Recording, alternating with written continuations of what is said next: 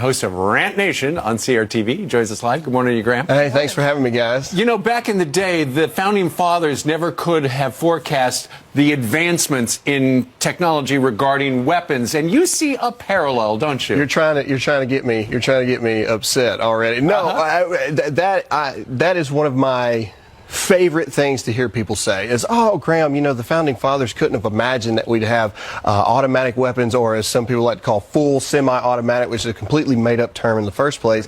But that's a slippery slope to go down. If you believe that the founding fathers weren't intelligent enough to believe that hundreds of years of advances in technology, that we wouldn't have advances in weaponry as well, then you're not paying attention. But if you're going to go down that road, then what about the First Amendment? Surely the founding fathers didn't know that we would have newspapers, internet, vlogs, blogs, Twitter, Facebook, mass distributions of technology. Yeah. So maybe your First Amendment right should be talked about as well. It's a very dangerous thing that we're doing right now. Very dangerous. Yeah, so I mean, this is ludicrous, isn't it? It's not going to happen. You would have to have, what is it, 2/3 of Congress would have to agree, and it had to be ratified by 38 states. I think the biggest thing that needs to be said right now to Americans, because it's something that I don't hear enough, and it bothers me the most, it's that our rights and our freedoms as Americans are not up for debate.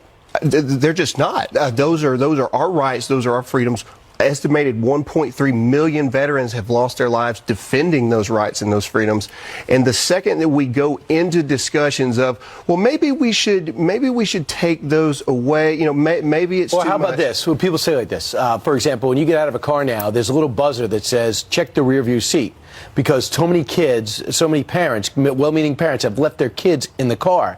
When you go to, there's airbags, so when you drive a car, you might be able to survive.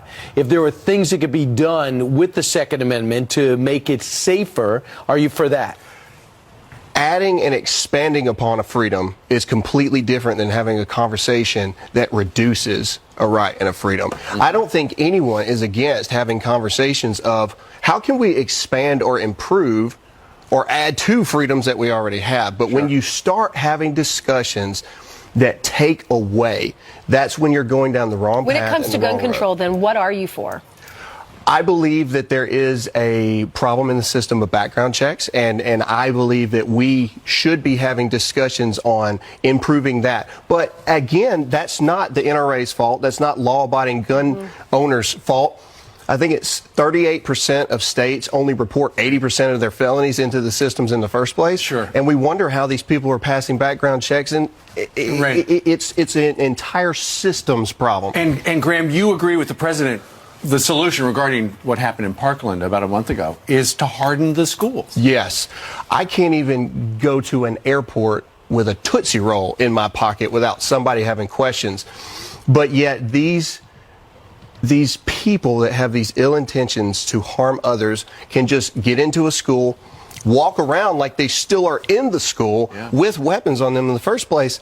I don't think anyone is arguing the fact, how can we protect our children better? How can we protect our churches better, our hospitals better? No one's arguing that. Everyone's for that. Everyone. Absolutely everyone. The president was for raising the age on rifles. He was open to that. Now he said he got big pushback on that. How do you feel about rifles like handguns go to the 21? I think that, again, that's a very dangerous slope. If you're old enough to join the military and go fight in a war with even higher power capacity weapons than we're talking about in the first place. Exemptions for people in the military? Well, no, I think it's a very dangerous slope. If 18's too young to own a rifle, then how long before we start having conversations of, well, maybe 18's too young to vote?